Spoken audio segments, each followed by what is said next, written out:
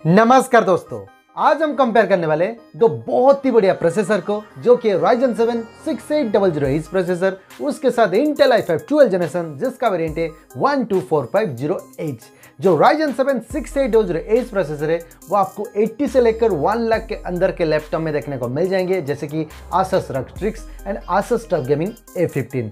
जो Intel Core i5 12450H processor है वो आपको 65,000 से लेकर 85,000 के अंदर के लैपटॉप में देखने को मिल जाएंगे, जैसे कि HP Victus and Asus TUF Das F15। तो चलते हैं आज की इस वीडियो में इन दोनों प्रोसेसर को अच्छी तरीके से कंपेयर करते हैं और जानने की कोशिश करते हैं आपको कौन सा प्रोसेसर के साथ जाना बिल्कुल सही रहेगा। ये जो प्रोसेसर के साथ जो लैपटॉप आते हैं उन सभी लैपटॉप का बेस्ट बाय लिंक आपको डिस्क्रिप्शन पे मिल जाएगा।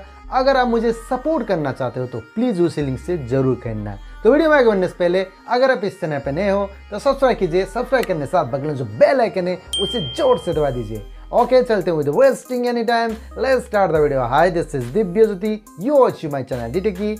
Let's start.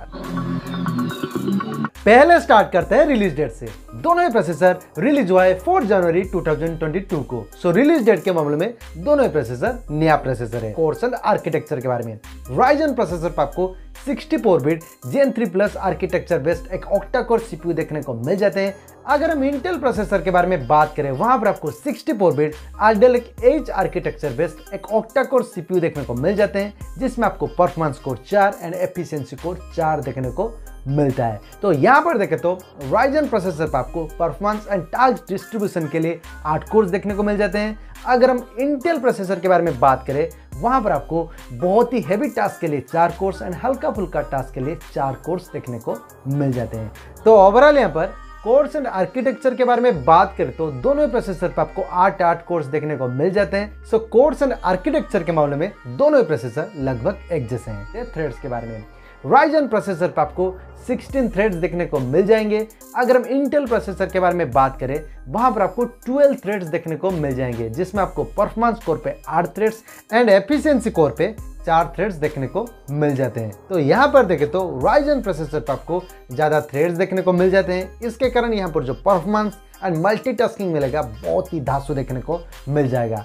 सो थ्रेड्स के मामले में Ryzen 7 6800H प्रोसेसर एक बेहतर प्रोसेसर है। तो फैब्रिकेशन प्रोसेस के बारे में, Ryzen प्रोसेसर आपको 6 नैनोमीटर की मिल जाएगी। अगर हम इंटेल प्रोसेसर के बारे में बात करें, वो आपको 10 नैनोमीटर की मिल जाएगी। तो यहाँ पर देखें तो Ryzen प्रोसेसर पे सेमीकंडक्टर साइज बहुत ही छोटा देखने को मिल जाता है। इसके कारण ये एक बैटरी एफिशिएंट प्रोसेसर बन जाता है। सो फैब्रिकेशन प्रोसेस के मामले में Ryzen 7 6800H प्रोसेसर एक बेहतर प्रोसेसर है। तो CPU स्पीड के बारे में, Ryzen प्रोसेसर पर आपको इंडिविजुअल कोर की बेस फ्रीक्वेंसी मिल जाता है 3.2 गीगाहर्ट्ज की एंड टर्बो बूस्ट फ्रीक्वेंसी मिलता है 4.7 गीगाहर्ट्ज की।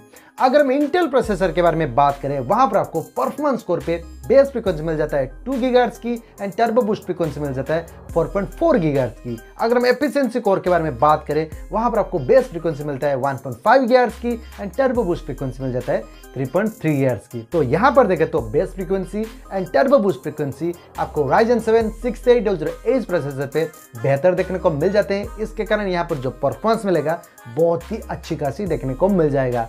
सो CPU स्पीड के मामले में Ryzen 7 6800H प्रोसेसर एक बेहतर प्रोसेसर है। अब बात कर लेते हैं कैश मेमोरी के बारे में। तो एक बात याद रखना, जितना ज्यादा कैश मेमोरी होगा वो उतना अच्छा प्रोसेसर होगा। पहले जान लेते हैं L1 कैश के बारे में, जो सबसे छोटा होता है पर स्पीड के मामले में बहुत ही फास्ट होता है। Ryzen प्रोसेसर पर आपको 512 KB की मिलेगी। अगर हम इंटेल प्रोसेसर के बारे में बात करें, वहां पर आपको 640 KB की मिलेगी। तो यहाँ पर देखें तो L1 केस इंटेल प्रोसेसर पे बिगड़ देखने को मिलता है। सो L1 केस के मामले में इंटेल i5 12 जनरेशन एक बेहतर प्रोसेसर है। लेते हैं L2 केस के बारे में, जो L1 केस से बड़ा होता है पर स्पीड के मामले में L1 केस से कम होता है। Ryzen प्रोसेसर पर आपको 4 MB की मिल जाएगी। अगर हम इंटेल प्रोसेसर के बारे में बात करें, वहां पर आपको 10 MB की मिलेगी। तो यहाँ पर भी देखें तो इंटेल प्रोसेसर पे L2 केस बिगड़ देखने को मिल जाता है। सो L2 केस के मामले में इंटेल i5 12 जनरेशन एक बेहतर प्रोसेसर है। तो L3 केस के बारे में, जो सबसे बड़ा होता है पर स्पीड के मामले में L1 case and L2 case से कम होता है। Ryzen प्रोसेसर पर आपको 16 MB की मिल जाएगी। अगर हम इंटेल प्रोसेसर के बारे में बात करें, वहां पर आपको 12 MB की मिल जाएगी। तो यहाँ पर देखें तो L3 केस Ryzen प्रोसेसर पे बिगड़ देखने को मिल जाता है। सो L3 केस के मामले में Ryzen 7 6800H प्रोसेसर एक बेहतर प्रोसेसर है। इस जीपीयू के बारे में Ryzen प्रोसेसर पर आपको integrated AMD Radeon 680M graphics देखने को मिलता है, जहां पर आपको मैक्सिमम जीपीयू फ्रीक्वेंसी मिल जाता है 2200 मेगाहर्ट्ज की। अगर हम इंटेल प्रोसेसर के बारे में बात करें, वहां पर आपको integrated Intel Iris Xe graphics देखने को मिलता है, जहां पर आपको मैक्सिमम जीपीयू फ्रीक्वेंसी मिल जाता है 1200 मेगाहर्ट्ज की। तो यहां पर देखें तो Ryzen प्रोसेसर पर आपको एक बेहतर जीपीयू देखने को मिल जाता है। सो जीपीयू के मामले में Ryzen 7 6800H प्रोसेसर एक बेहतर प्रोसेसर है। फिर RAM के बारे में Ryzen प्रोसेसर पर आपको क्वाड चैनल का RAM का सपोर्ट देखने को मिलता है, जहां पर आपको मैक्सिमम RAM सपोर्ट मिल जाएगा 64 GB की। यहाँ पर आपको DDR5 एंड LPDDR5 का RAM का सपोर्ट देखने को मिल जाता है, जहां पर आपको मैक्सिमम RAM फ्रीक्वेंसी मिल जाता है 6400 मेगाहर्ट्ज की। अगर हम इंटेल प्रोसेसर के बारे में बात करें, वहां पर आपको डुअल चैनल का RAM का सपोर्ट देखने को मिलता है, जहां पर आपको मैक्सिमम RAM सपोर्ट मिल जाएगा 64 GB की। यहाँ पर आपको DDR4, DDR5, LPDDR4X and LPDDR5 का RAM का सपोर्ट देखने को मिलता है, जहां पर आपको मैक्सिमम RAM फ्रीक्वेंसी मिल जाता है 5200 मेगाहर्ट्ज की। तो यहाँ पर देखें तो Ryzen प्रोसेसर पर आपको ज्यादा चैनल का RAM का सपोर्ट देखने को मिलता है। उसके अलावा यहाँ पर आपको हाई RAM फ्रीक्वेंसी का सपोर्ट भी देखने को मिल जाता है। सो नो डाउट RAM के मामले में Ryzen 7 6800H प्रोसेसर एक बेहतर प्रोसेसर है। TDP के बारे में जो हम बोलते हैं थर्मल डिजाइन पावर के बारे में, दोनों ही प्रोसेसर पर आपको TDP मिल जाता है 45 वाट की। इसका मतलब है कि दोनों ही प्रोसेसर पर आपको हाई TDP देखने को मिल जाते हैं। इसके कारण यहाँ पर जो पावर कंजप्शन होगा बहुत ही ज़्यादा देखने को मिल जाएगा। सो TDP के मामले में दोनों ही प्रोसेसर लगभग एक जैसे हैं। इस CPU टेम्परेचर के बारे में Ryzen प्रोसेसर पर आपको मैक्सिमम ऑपरेटिंग टेम्परेचर मिल जाता है 95 डिग्री सेल्सियस की। अगर हम इंटेल प्रोसेसर के बारे में बात करें, वहां पर आपको मैक्सिमम ऑपरेटिंग टेम्परेचर मिल जाता है 100 डिग्री सेल्सियस की। तो यहाँ पर देखें तो इंटेल प्रोसेसर बहुत ही गर्मी झेल सकता है। सो CPU टेम्परेचर के मामले में इंटेल i5 12 जनरेशन एक बेहतर प्रोसेसर है। PCI Express वर्जन के बारे में दोनों प्रोसेसर पर आपको वर्जन 4.0 का सपोर्ट देखने को मिलता है, जो कि अच्छी बात है। सो PCI Express वर्जन के मामले में दोनों प्रोसेसर लगभग एक जैसे हैं। अब जान लेते हैं दोनों प्रोसेसर के बेंचमार्क स्कोर्स के बारे में। पहले जान लेते हैं Cinebench R23 के बारे में। Ryzen प्रोसेसर पर आपको सिंगल कोर में मिल जाएगा 1510 एंड मल्टा कोर में 13147। अगर हम इंटेल प्रोसेसर के बारे में बात करें, वहां पर आपको सिंगल कोर में मिल जाएगा 1600 एंड मल्टा कोर में 9222। तो यहां पर देखें तो सिंगल कोर का स्कोर आपको इंटेल i5 12 जनरेशन प्रोसेसर पे बेहतर देखने को मिलता है, पर मल्टा कोर का स्कोर आपको Ryzen 7 6800H प्रोसेसर पे बेहतर देखने को मिलता है। पासमार्क CPU के बारे में Ryzen प्रोसेसर पर आपको सिंगल कोर में मिल जाएगा 3248 एंड मल्टा कोर में 23701। अगर हम इंटेल प्रोसेसर के बारे में बात करें, वहां पर आपको सिंगल कोर में मिल जाएगा 3596 एंड मल्टा कोर में 19785। तो यहाँ पर भी देखें तो सिंगल कोर का स्कोर आपको इंटेल i5 12 जनरेशन प्रोसेसर पे बेहतर देखने को मिलता है, बट मल्टा कोर का स्कोर आपको Ryzen 7 6800H प्रोसेसर पे बेहतर देखने को मिलता है। Geekbench 5 के बारे में Ryzen प्रोसेसर पर आपको सिंगल कोर में मिल जाएगा 1515 एंड मल्टा कोर में 9301। अगर हम इंटेल प्रोसेसर के बारे में बात करें, वहां पर आपको सिंगल कोर में मिल जाएगा 1613 एंड मल्टा कोर में 8169। तो यहाँ पर भी देखें तो सिंगल कोर का स्कोर आपको इंटेल i5 12 जनरेशन प्रोसेसर पे बेहतर देखने को मिलता है, और मल्टा कोर का स्कोर आपको Ryzen 7 6800H प्रोसेसर पे बेहतर देखने को मिल जाता है। तो ओवरऑल यहाँ पर बेंचमार्क स्कोर्स के बारे में बात करें तो सिंगल कोर का स्कोर आपको इंटेल i5 12 जनरेशन प्रोसेसर पर बेहतर देखने को मिल जाता है, और मल्टा कोर का स्कोर आपको Ryzen 7 6800H प्रोसेसर पे बेहतर देखने को मिलता है।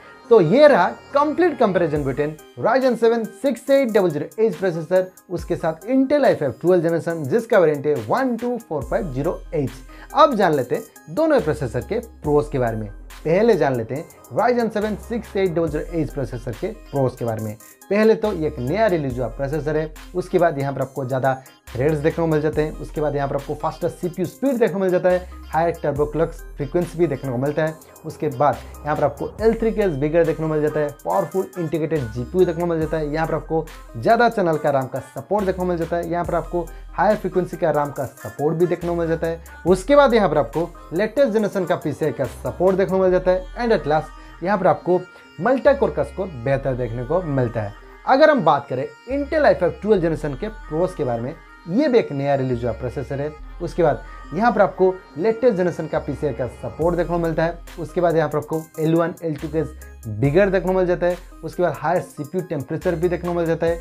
एंड एट लास्ट यहाँ पर आपको सिंगल कोर का स्कोर बेहतर देखने को मिलता है। तो ओवरऑल यहाँ पर कंक्लूजन के बारे में बात करें तो इन दोनों प्रोसेसर के अंदर आपको कौन सा प्रोसेसर के साथ जाना सही रहेगा, मेरे हिसाब से आप Ryzen 7 6800 इस प्रोसेसर के साथ आप जरूर जाओ अगर आपका बजट है 80,000 से 1 लाख के अंदर। बहुत ही बढ़िया प्रोसेसर है। मतलब यहाँ पर आपको बेटर CPU देखने को मिल जाता है। यहाँ पर आपको मतलब केस मेमोरी भी बिगड़ देखने को मिल जाता है। ज़्यादा रैम का फ्रीक्वेंसी का सपोर्ट भी देखने को मिल जाता है। यहाँ पर आपको पावरफुल इंटीग्रेटेड GPU भी देखने को मिलता है। उसके अलावा यहाँ पर आपको मल्टी कोर का स्कोर बेटर देखने को मिलता है। मतलब यहाँ पर आपको जो मल्टीटास्किंग टास्क बहुत ही बढ़िया देखने को मिल जाएगा। अगर आप वीडियो एडिटिंग मतलब बहुत ही ज़्यादा हैवी एडिटिंग करते हो तो आपके लिए बहुत ही बढ़िया प्रोसेसर है। बट आपको ज़्यादा प्राइस भी पे करना पड़ेगा। मतलब आपको 80 से 1 लाख के अंदर ये प्रोसेसर आता है। अगर आपका बजट है तो आप डेफिनेटली इसके साथ आप जा सकते हो। अगर हम बात करें Intel i5 12 जनरेशन प्रोसेसर के बारे में जिसका वेरिएंट है 12450 इस प्रोसेसर के बारे में, ये भी प्रोसेसर बहुत ही बढ़िया है एंड बहुत ही पावरफुल प्रोसेसर है। अगर आपका बजट है मतलब 65,000 से 70,000 या फिर 75,000 तक अगर आपका बजट है तो आप डेफिनेटली इस प्रोसेसर के साथ आप जा सकते हो। बहुत ही बढ़िया प्रोसेसर है। इसके साथ भी आप बहुत ही अच्छे से गेमिंग भी कर पाओगे। उसके साथ साथ यहाँ पर आपको बहुत ही अच्छी तरीके से वीडियो एडिटिंग, फोटो एडिटिंग आप आराम से कर पाओगे, कुछ भी प्रॉब्लम नहीं आएगा। तो ओवरऑल इन दोनों प्रोसेसर के अंदर किसी एक को विनर घोषित करना पड़ेगा तो मैं Ryzen 7 6800 इस प्रोसेसर को डेफिनेटली विनर घोषित करूंगा। तो ये रहा मेरा ओपिनियन। आपको क्या लगता है मेरे ओपिनियन के बारे में, आप मुझे प्लीज़ कमेंट सेक्शन पे जरूर बता सकते हो। अगर आपको किसी के बारे में डाउट आता है तो मुझे कमेंट सेक्शन पे पूछ सकते हो या फिर मुझे इंस्टाग्राम पे मैसेज कर सकते हो। मैं आपको जरूर से रिप्लाई दे दूंगा। और हाँ, आप कौन सा प्रोसेसर के लिए इंटरेस्टेड हो या फिर कौन सा लैपटॉप के लिए इंटरेस्टेड हो, प्लीज़ मुझे कमेंट सेक्शन पे जरूर बताना।